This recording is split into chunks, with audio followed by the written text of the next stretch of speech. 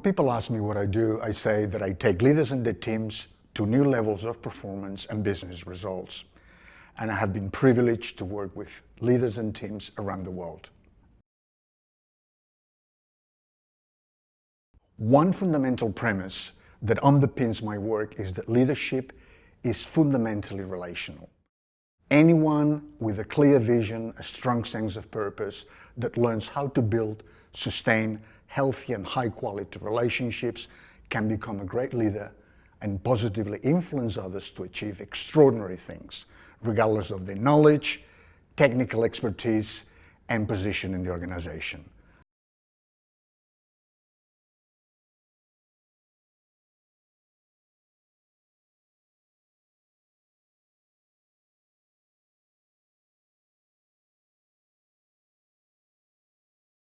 As an applied researcher and practitioner, I treat leadership development as a discipline and an essential business practice.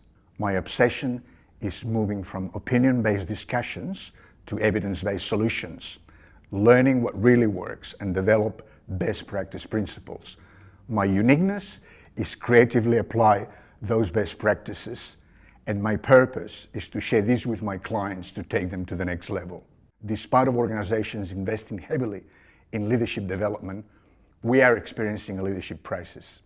86% of organizations reporting having gaps in the leadership pipeline, only 30% of employees are engaged worldwide, and organizations are worried they don't have enough leaders. The main reason for this is that current leadership practices are outdated and out of sync with our changing world. Too many organizations are attached to old models of leadership which have a strong individual focus. Contemporary leadership is more about shared, distributive, and collective forms of leadership, as well as followership. This includes developing direction, alignment, and commitment with all stakeholders involved. In addition to assisting senior leaders to enhance individual leadership impact, I also assist developing teams and building organization-wide leadership capacity. This means boosting the employee engagement required to drive change, innovation, and acquire greater competitive advantage. Organizations that fail to do this will be left behind or disappear.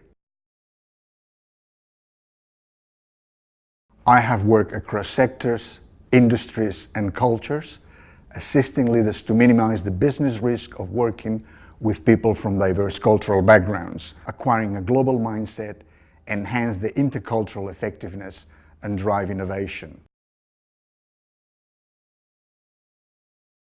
Despite cultural differences, I have identified 21 universal attributes expected from leaders around the world. This is also important for domestic leaders due to the changing nature of the workforce. Australia, for example, is one of the most diverse countries in the world, and we know that diversity drives innovation. During the last 15 years, I have been presenting regularly at national and international conferences on the latest developments on leadership, as well as corporate events, retreats, business luncheons, and breakfast. The common feedback I've been receiving from my training programs and seminars is a very common theme. People acquire greater self-awareness, think differently, and feel more inspired, optimistic, helpful, and curious as a result of those programs. And they also can see new opportunities for them to take action and better contribute to others and make a difference.